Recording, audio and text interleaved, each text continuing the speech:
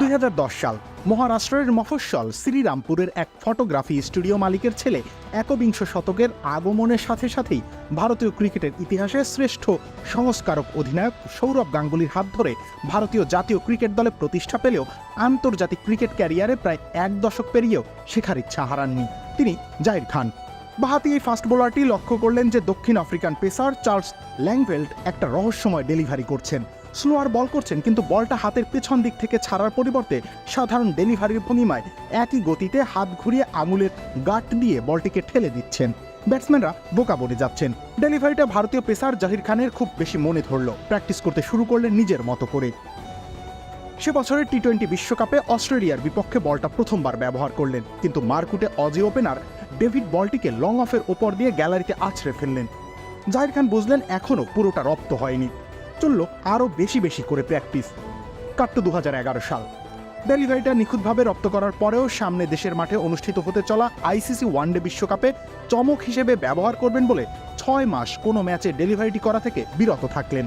Tournament শুরু হওয়ার পর প্রথম ব্যবহার করলেন গ্রুপ ম্যাচে ওয়েস্ট ইন্ডিজ ক্রিকেট দলের ডেভন স্মিথের 3টে স্টাম্পকে মাটিতে উপড়ে ফেলে। এরপর এলো টুর্নামেন্টের অন্যতম হাই ভোল্টেজ ম্যাচ আহমেদাবাদের মোতেরাতে বিশ্বজয়ী অধিনায়ক রিকি পন্টিংয়ের নেতৃত্বাধীন ক্যাঙ্গারু বাহিনীর বিরুদ্ধে কোয়ার্টার ফাইনাল ম্যাচ। অজি বাহিনীর 3 উইকেটের বিনিময়ে 150 রান করে ভারতীয় বোলিংয়ের উপর দিয়ে স্টিম রোলার চালিয়ে দেওয়ার প্রস্তুতি সেরে ফেলেছে।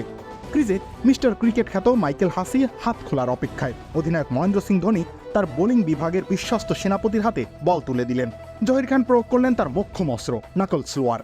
বলটা মাইক হাসির ব্যাট ও প্যাডের ফাঁক গলে স্টাম্প উড়িয়ে দিল। মাইক ক্লার্কদের 300 রানের টার্গেট খাড়া করার স্বপ্নকে স্বপ্নই রেখে দিয়ে মাত্র 260 রানে বেঁধে রাখল।